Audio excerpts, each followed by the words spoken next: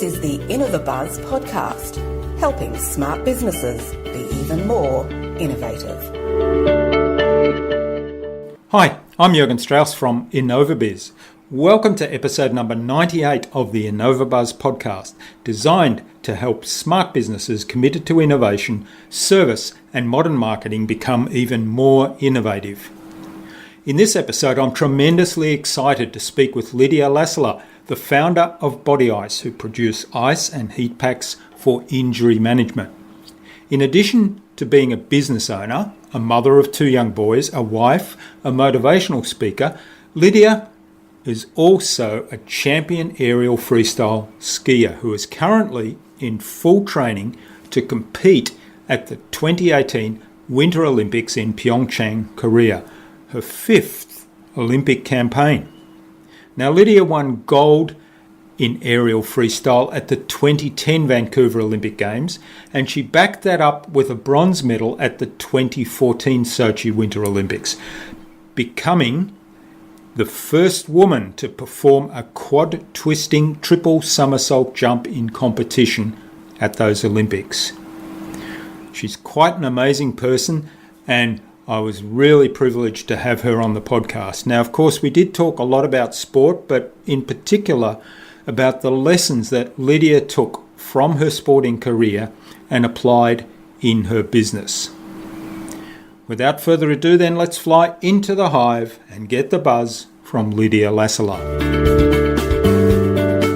Hi, I'm Jürgen Strauss from InnovaBuzz, and I'm really excited to have with me today on this episode of the InnovaBuzz podcast, all the way from Lorne on the beautiful Great Ocean Road in Victoria, Lydia Lassila, who's the founder and CEO of BodyICE, who produce ice and heat packs for injury management. So welcome to the InnovaBuzz podcast, Lydia. It's a great privilege. Thank you very much. Thanks for having me. Guest.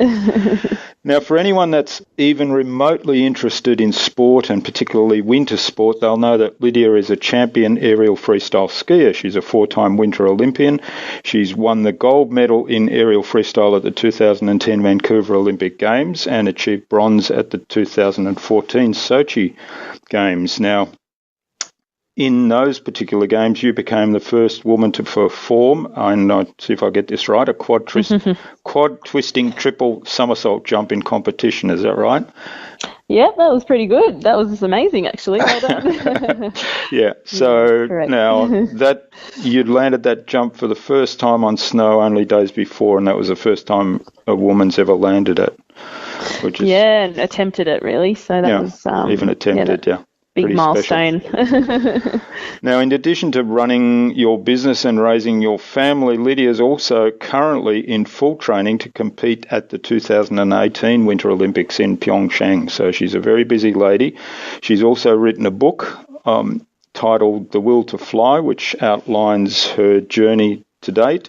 And that book is going to be released the film of that book is going to be released in DVD form in December. Some people might have been lucky enough to see it as it did the rounds. Unfortunately, I've only read the book, but I'm looking forward to that DVD. So, Lydia, I know that from a very young age you wanted to be an Olympic champion, and you basically kept that passion burning all through until you achieved the goal. So I'm kind of intrigued as, what prompted that goal?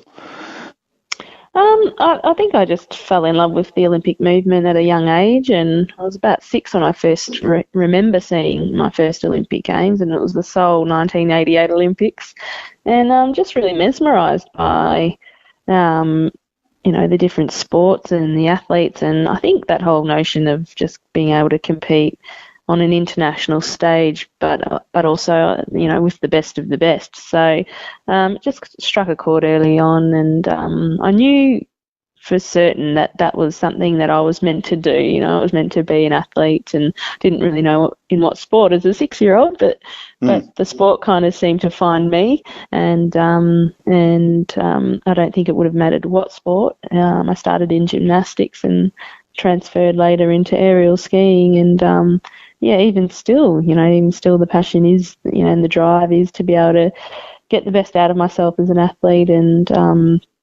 compete, against the best of the best in the world's most watched, international competition. So there's a lot of great things about being an athlete. We have some amazing opportunities, and I'm just really grateful for what I've had, and the good times and the bad times have shaped me and who I am, and being an athlete has really taught me a lot about myself. Yeah, it's fascinating, and I refer people to the book The Will to Fly, because you can learn a lot more about Lydia's whole journey and how she maintained that passion. I want to explore today with you about how that translates into the business that you've started, which is something that was born out of a need that you saw for yourself, right?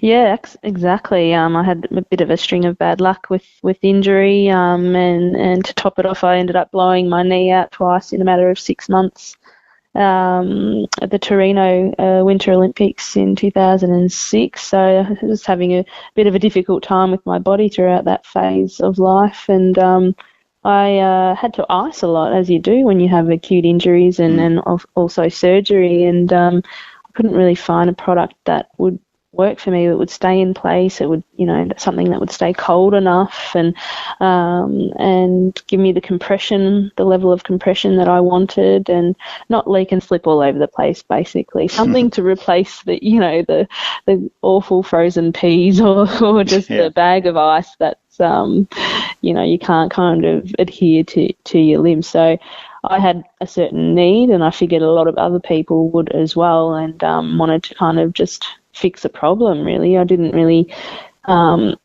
start out to, I want to create a business. I just really needed to fulfill my own kind of need and fix a problem for myself. So with some time away from skis and, obviously through intense rehabilitation, I started designing and manufacturing a range of recovery ice packs that would fit on any limb and would stay secure, would stay cold enough, and stay in place. And within about 6 months I had BodyICE up and running, and my first client was my orthopaedic surgeon who bought 500 off me off the bat. So that was a great start, because I found my market, but also knew that the product was needed by a lot of other people as well.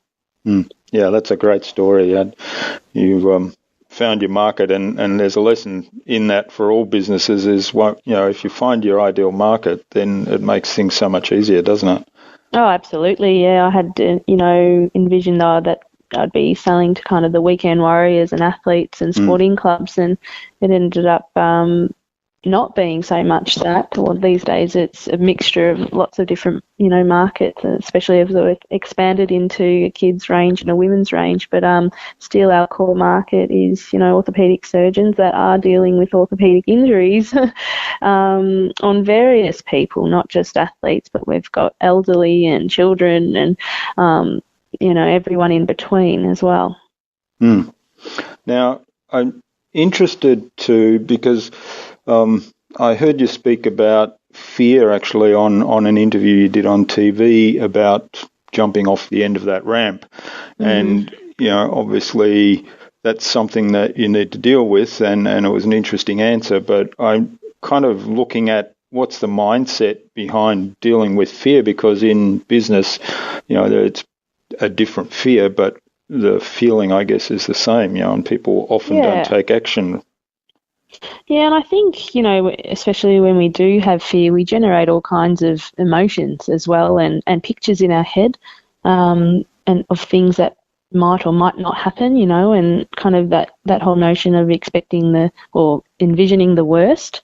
And I think that happens, when you're fearful, because, in sport, for example, I'm afraid I, may miss this jump and hurt myself and re-injure myself. I'm afraid I would miss a final so that I don't get to show the world what I'm capable of. I'm afraid I, won't achieve, what I think I can this year. So there's all kinds of, if you have those kind of limiting beliefs, you start to generate images and pictures as well about what that might end up being. And I think that's where you can really then, if you have that kind of awareness about yourself, you can say, okay, right, I'm, seeing myself performing that way that I don't want to, or I see myself getting injured, or I see my business failing in a way that I don't want it to.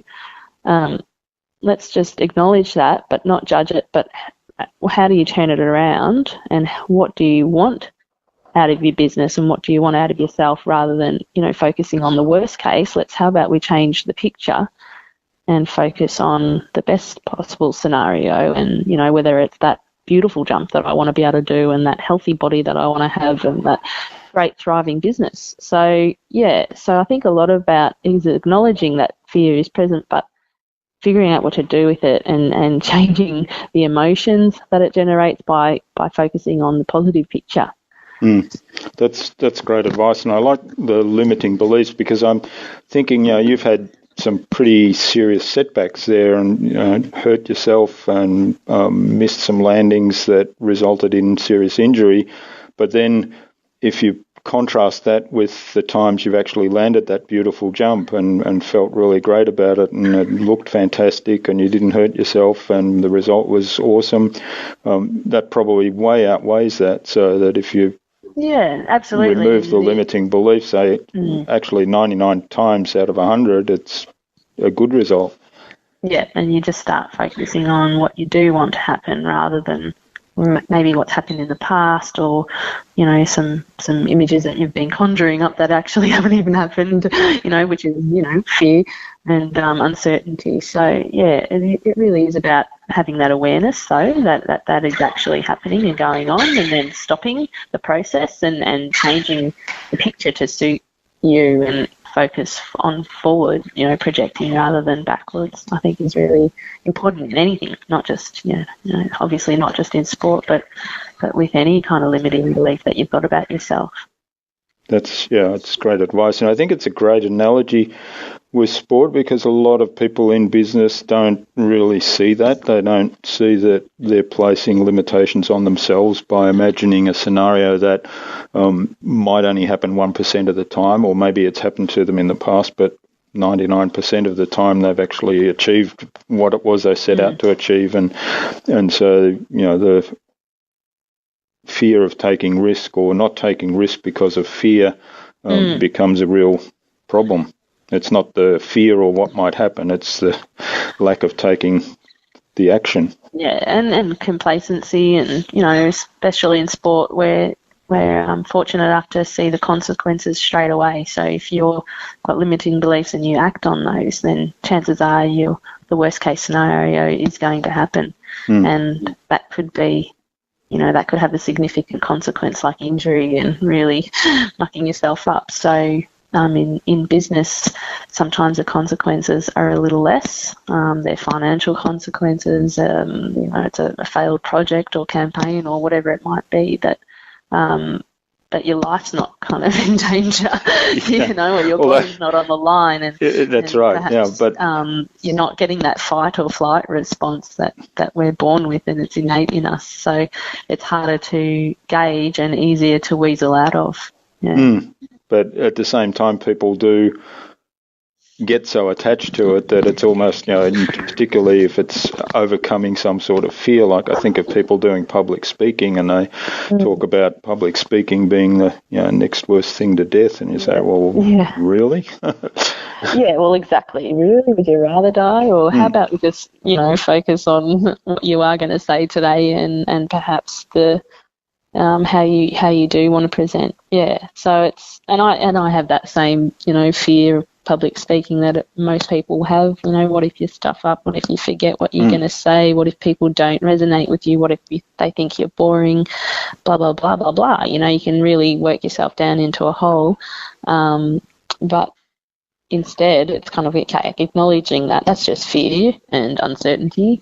How can we turn it around? What do I want to get across here? And just tell your story and tell it how it is, and with passion, and be genuine, and people will tend to respond. Yeah, that's great. And I have heard you speak, so in live and also on videos. So I think, Hopefully I wasn't boring. No, you definitely weren't boring. You were quite inspirational, so I don't think you've got anything to worry about.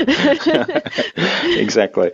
Now, the other thing I made a note of here is all throughout your book and other things that I've read, the ability to keep that goal in sight and to be so driven about that, which is something that I think in business could be enormously valuable, because I see so many people chase the next shiny object and they kind of forget about the big picture or the goal that they'd set themselves. Yes. Yeah, I think if it means enough to you and it's important enough, and I think, for any goal, you've got to have your why, and a strong why, a motivating factor on why you want to achieve it. And I think in sport, I am a lot better at the why, because it's something I've been doing for my whole life, and sport and being an athlete is my number one passion. Business is a second, probably, so I often feel the same way. I don't, resonate with numbers on a page, and I have to bring it back to, well, actually, why am I in this business? And it really is that back to the core, and why I started is to help people recover from their injuries, and just that, is motivating for me, and that's enough for me. It's not to hit a sales target, it's not to do that, but it's to spread my product so that I can help as many people as possible. And if you're doing that, then I figure if I'm doing that, that's the why, then you'll figure out how, Yeah, that's excellent advice. So keeping that why in mind, and also I like that, you're really focused on who is it you're helping, because I had a call this morning and we were talking about sales, and it was very much about understanding who it is you're helping and what it is you're doing for them, what's the result of your work with them. So I think, that's a very powerful why that you've expressed there.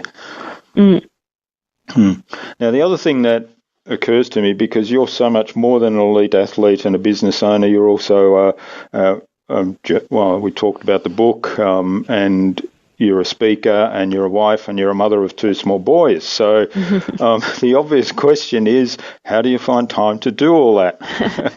Well, sometimes I don't, and that's just the reality of it. I always often bite off more than I can chew, and have this long list at the start of the day, and there's days where I can't get anything crossed off it, and that's the whole juggling of parenthood and motherhood and the many hats that I do wear, and so it's all about prioritising, making sure the family unit's looked after is a big priority. So we get help in there. We have an au pair that lives in with us to help lighten that load, and my husband works from home as well, which really works out well for us, because whilst we're working at home, we still are home and around the kids as much as possible, and that's what we value, and we love that. That it's given us that, the lifestyle that we want, to be able to live here at the beach and enjoy that lifestyle too. But yeah, it is about kind of compartmentalising the different facets of life. Me, the athlete; me, the mum, the mother, the wife, and the business owner. And so when I have for example, a training camp, I had last week down in Melbourne, and some trampoline training, and just had to go away for 2 days and do that, and made sure everything else was looked after, on the business end and on the home front. Come back home, play mum for a bit, and make sure I'm kind of connected and 100% towards that. And, so you just have to I like to be able to just compartmentalise, chunk things down, put them in their boxes and focus on one thing at a time, because if I try to do everything at once, nothing ends up working very well, and I don't do anything well. So it's picking things off one at a time is just how I kind of am able to function, really, and get things done. And they always say, if you want something done, give it to a busy person. Yeah, that's right. Yeah, well, my kids' piano teacher, when they were learning piano, they would, at a very young age, they would memorise these hugely long, complex piano concertos and be able to perform them. And I was always fascinated and thought, how the hell can you remember all that? And her advice was always, you treat it like pizza, one piece at a time. And so I remember that. So I think the compartmentalizing is great advice, and particularly, I mean, in two manners. So, I mean, a lot of people have a business and have a family and try to find the balance there. So that's a great strategy for doing that. But also in business, we have many different roles. So I think the compartmentalization strategy works really well there as well. Yeah, and just being able to segment things, break it down so that you can just do one thing at a time and try and do it well, so you don't have to redo it or find a different solution for it later.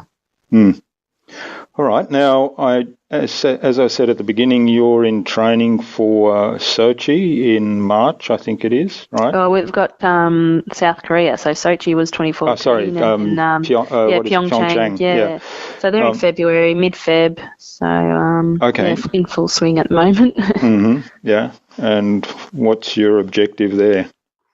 Well, it's interesting. I'm, heading into my 5th Winter Olympics, and I think every Olympic experience has been quite different and coming in with a different set of goals. And I'm in a position where I wouldn't compete unless I knew I was still competitive.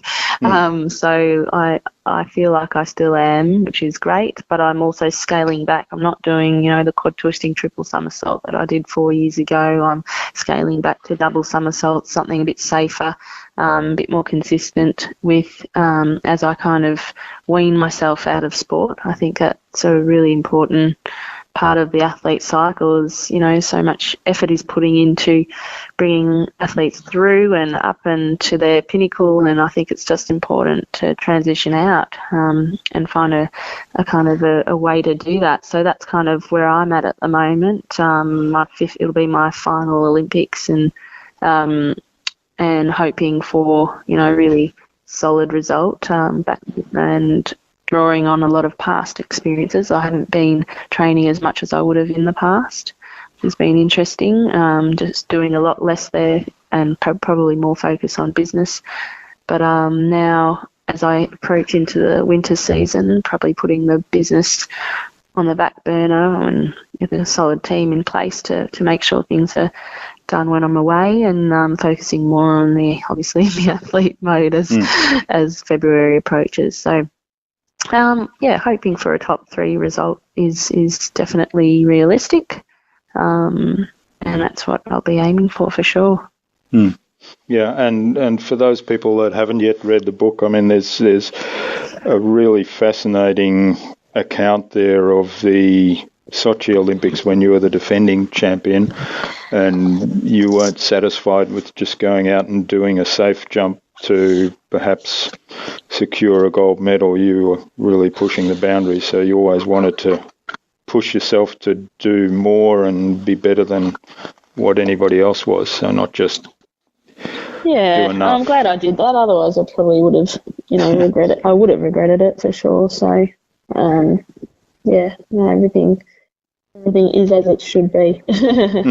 That's right. And it's for me, that's the sign of a true leader. Push the boundaries, push the limits, and, don't play safe, which I think, you clearly demonstrated there. And it sounds like you're translating that into business now. Yeah, absolutely. And just, you can have those fears, but not fear of, I don't have fear of failure so much if I've put everything into it, and I think you have to be honest with yourself there. I think everyone knows, have you done the work, have you not? It's a yes or no answer.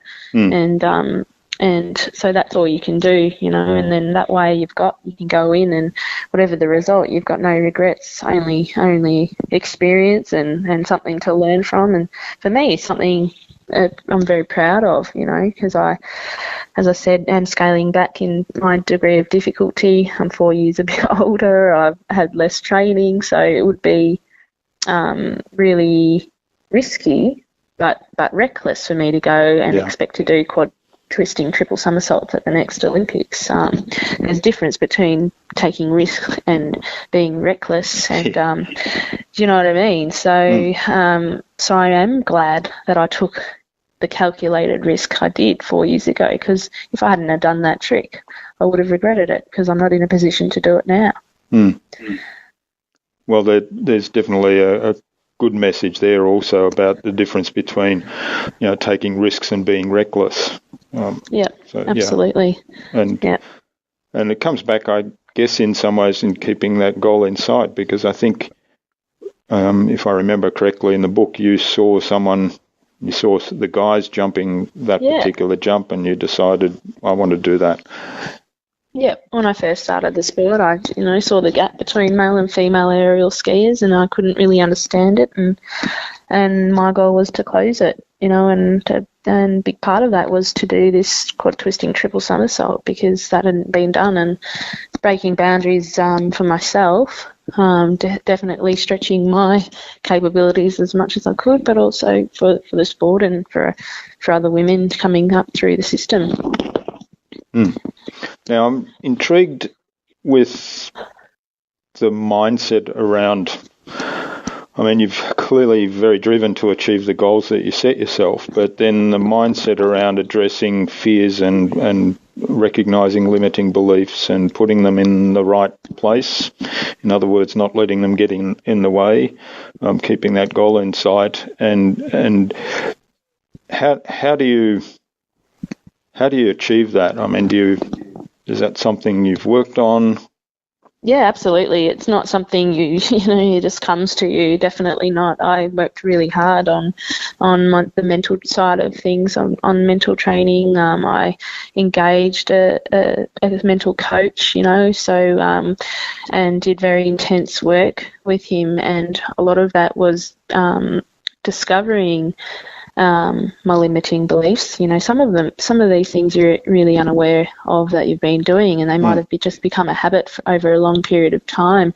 And so one is having the awareness that they're there, and two, then it's about breaking them down and changing that belief to something that's going to suit you better, and that is actually more real and in line with what you want out of yourself. So it's amazing how these limiting beliefs can hold us back, and it's just as simple as I always slice on my golf swing or tennis swing or whatever it is, and do you always slice, or have you just had that problem temporarily or lately, so you have to be careful with how you explain things about yourself and your own explanatory style, and it's only through training and awareness that you can actually pick up on that and go, right, I've just been having this certain thought, or I've been talking this way about myself. Inner dialogue is constantly chattering, so you have to be careful what you say to yourself as well, and how you explain certain situations to yourself, because that then dictates how you respond and then how your next behaviour. So it takes really a lot of training, and I would say in my sport, and I've discovered over the years how important obviously the mental aspect is to being an athlete, but also a person, because your thoughts precede all your behaviours, and which can turn then into routines and habits. So by breaking it down and starting with your thoughts and having that awareness of what you want to be thinking on a daily basis is really important, but it takes hard work, and a lot of people don't put as much work into the mental aspect of themselves until perhaps they have a problem, whereas I think that's quite wrong. Just as we train our body in the gym, or we go for a walk to feel those nice endorphins, we should pay as much attention on our minds as well. That's great advice, and I like what you said, that it's not just about sport. You see some sports people or sporting teams that are down on form, and so they lack confidence, and it kind of is a spiral in that case. If they can't kind of get over that lack of confidence and the belief that we're out of form, or we can't do X, Y, Z, or we always slice our golf shot, then it kind of never really improves. So, but like you said, often the beliefs are deeper and you're not aware of them, and also it applies all across life. So I love what you said there, yeah. So you're working on that in the business as well? You're taking that analogy into the business?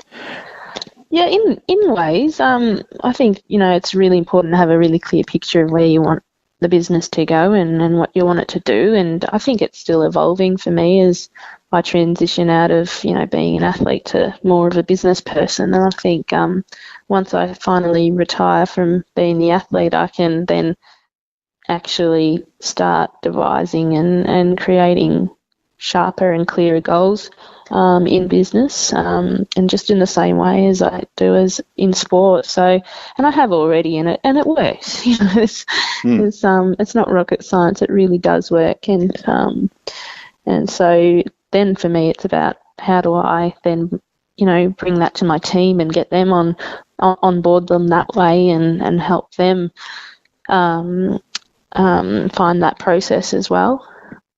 Which is really important if you're managing and employing a team of people to work for you on your business. You want them aligned with you as well. That's right, yeah, and inspiring them and painting the picture of your goals and helping them to be the best they can be. I think is really good in business, right? Yeah, absolutely. And I'm sure you've got a lot of lessons from sport where you can do that. Yeah, all right. Just experience and finding out what has worked and what hasn't worked. Do you know what I mean? And and just using those experiences that's I've gained along the way.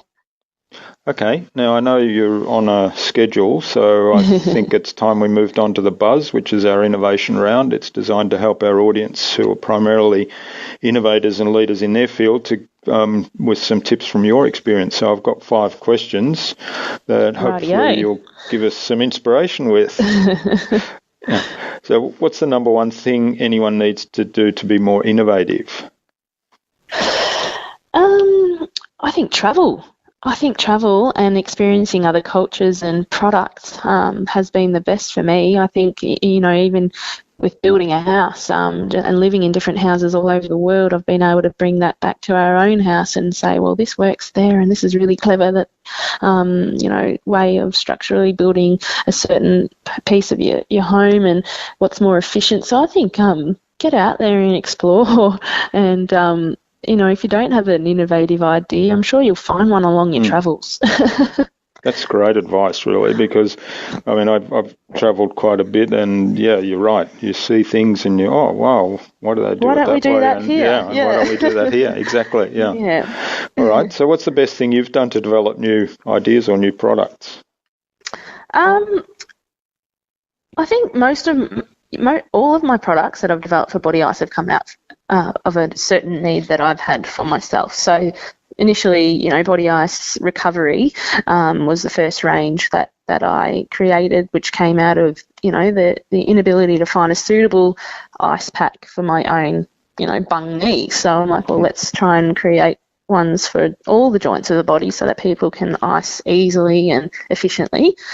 So that was one out of my own, adversity, being injured.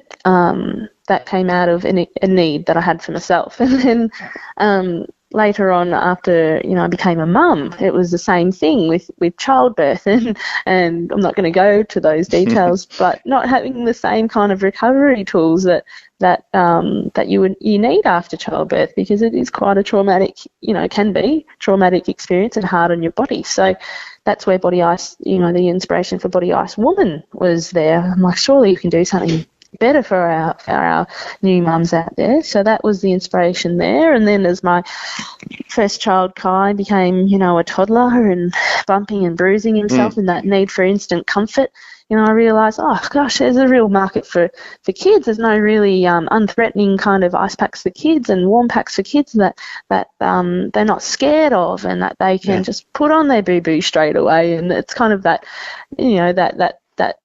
that Band-Aid effect, well, something to help them. And it's true, so with our kids range, it has had that instant kind of comfort. Our kids run to the freezer and get the ice pack out and they sit there and so it's kind of, all these little experiences along the way have really shaped, the next product in the BodyICE range. So, and I think, again, travel and has been inspiration towards, other products. And my husband runs an IT company and he's from Finland. So, they've been very innovative in the digital marketing space for a long time. And it's about applying, to bringing some of those technologies here to Australia that we're not doing and applying them for our market. So, again, your own experiences, your own needs, I think are a really great way to find a product and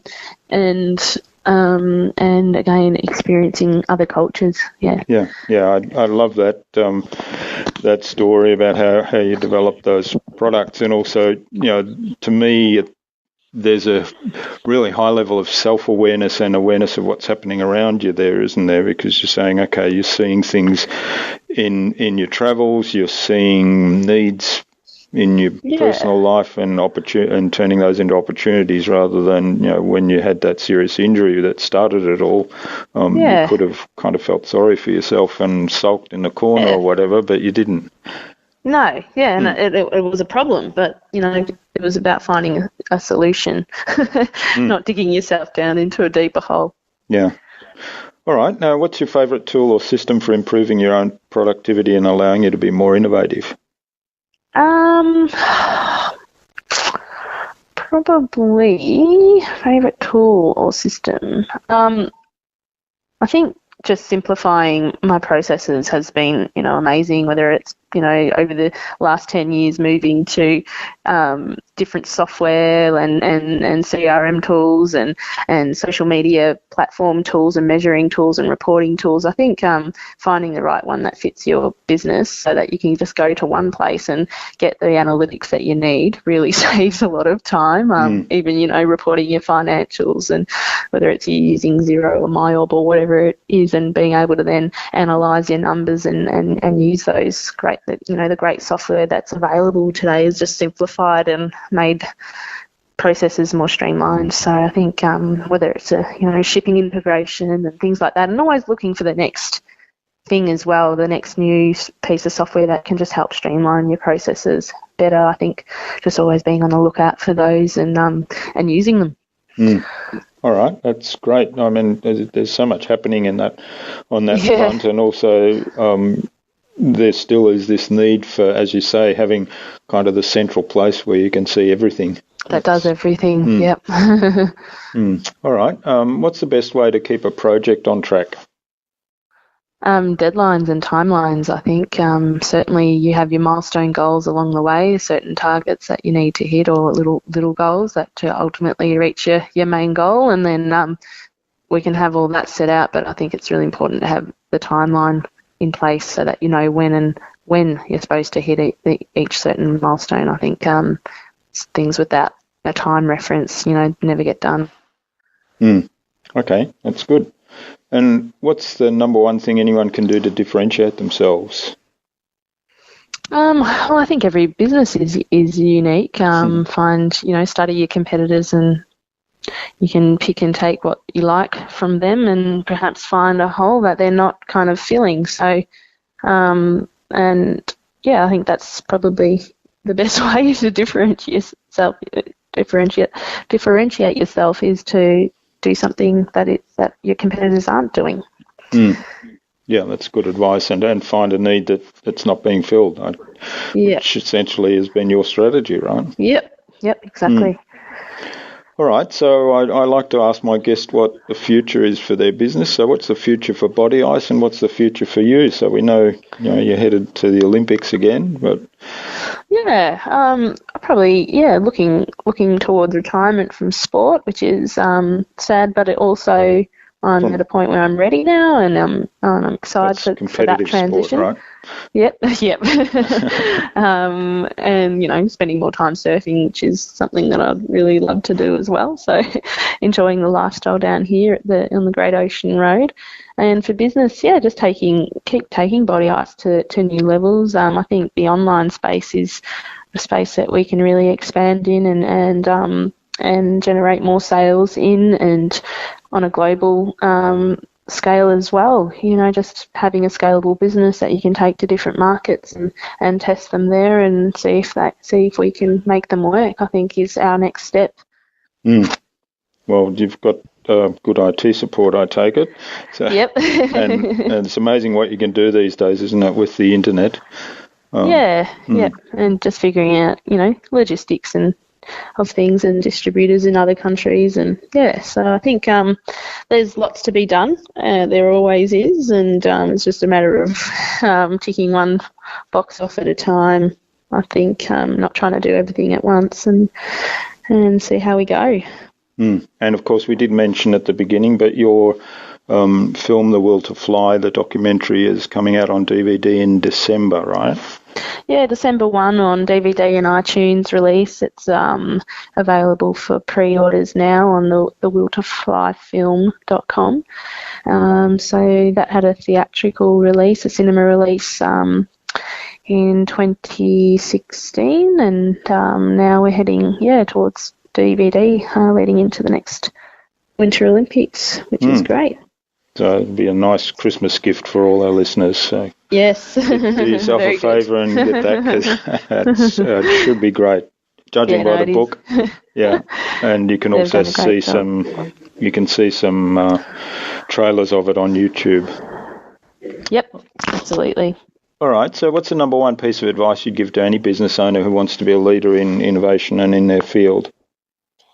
Find your market and your niche market. It might be a niche market, or just be certain of who your market, who you're going to be selling to, who's going to be needing and purchasing your products is a really important key. I stumbled across mine and when I first began, so I had a little bit of beginner's luck, but I think you eventually figure these things out and make sure you service them the best way, and always keep a lookout on how you can improve. I think, you can get quite complacent on if you're finding a product that works and then all of a sudden a competitor comes in and makes it that little bit better and you're kind of caught on the back foot. So I think always study your competitors and ask your question on how we can improve, how can we make this better. Great advice. I think, finding a niche market and really focusing narrow on that and obsessing over them, as Seth Godin puts it, is such a powerful way to differentiate yourself and to get really clear on who it is you can help. So it's great advice. Yep. All right. Thanks, Lydia. This has been really fantastic. Now, where can people reach out and say thank you? Apart from buying the DVD. I'm on Instagram, I'm on Facebook and Twitter as well, so feel free to reach out and say hi. And I've got to think a new website launching soon as well, lydialassila.com.au. It needed a bit of a revamp, so it's coming out probably this month actually. All right, well, we'll post links to all of that in the show notes to the episode, and hopefully we'll get a lot of people wishing you well at the Olympics leading up to that. I think that's something that I believe is always great to have as an athlete. Yeah, absolutely. Give me a nice lift. Yeah. All right. Thanks, Jürgen. Finally, then, who would you like me to interview on a future InnovaBuzz podcast, and why? I think I'd be interested to hear Michael Klim's story on milk. He's had also an athlete that retired from sport and went straight into developing his own business and a very successful one at that. So I think he'd be a great candidate. All right. Well, maybe you can give us an introduction. So, Michael, if you're listening, we'll come and get you courtesy of Lydia. Yep. All right. Thanks so much for sharing your time and your insights with us today, Lydia. I've really enjoyed this, and we did have a few technical glitches to start with, mainly of my doing and PowerCore, the local power company, but we managed Things to get out of our control. Yeah, we managed to get there. We managed to make it happen. Didn't allow that to limit us. This has been fabulous, as I say. I was really inspired by your story in The Will to Fly, and I definitely encourage people to read the book, watch the DVD when it comes out. I wish you all the best for the future and for BodyICE, and of course for the 2018 Winter Olympics in Pyeongchang, and let's keep in touch. Thank you very much, Jürgen. Thank you. It's been great to chat. Thanks. I hope you enjoyed hearing from Lydia as much as I enjoyed this interview. She's a very inspiring lady and shared some really valuable information with us. All those ideas and tips that Lydia spoke about can be found at innovabiz.com.au/bodyice. That is BODYICE. All lowercase, all one word, innovabiz.com.au/bodyice. You'll also find contact information for getting in touch with Lydia there, as well as information to purchase the book and the DVD of the film The Will to Fly. That's well worth reading, and I'm tremendously excited to get my DVD because I haven't personally seen the film yet, but I have read the book, and the film, I'm sure, will be fabulous. Now, we'd love to hear your biggest takeaway from this episode in the comments section of the blog post. Lydia suggested that I interview Michael Klim, another Olympic champion and founder of Milk & Co, on a future InnovaBuzz podcast. So, Michael, keep an eye on your inbox for an invitation from us to the InnovaBuzz podcast, courtesy of Lydia Lassila. If you haven't already done so, head on over to iTunes or Stitcher or Pocket Casts and subscribe to the InnovaBuzz podcast so you'll never miss a future episode.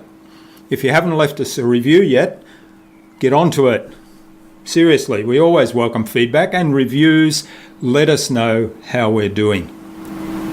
If there's anything you'd like us to cover or questions you want answered on a future InnovaBuzz podcast or guests you'd like us to interview, please send those ideas to us. Until next time, I'm Jürgen Strauss from InnovaBizz. Remember to be awesome and keep innovating.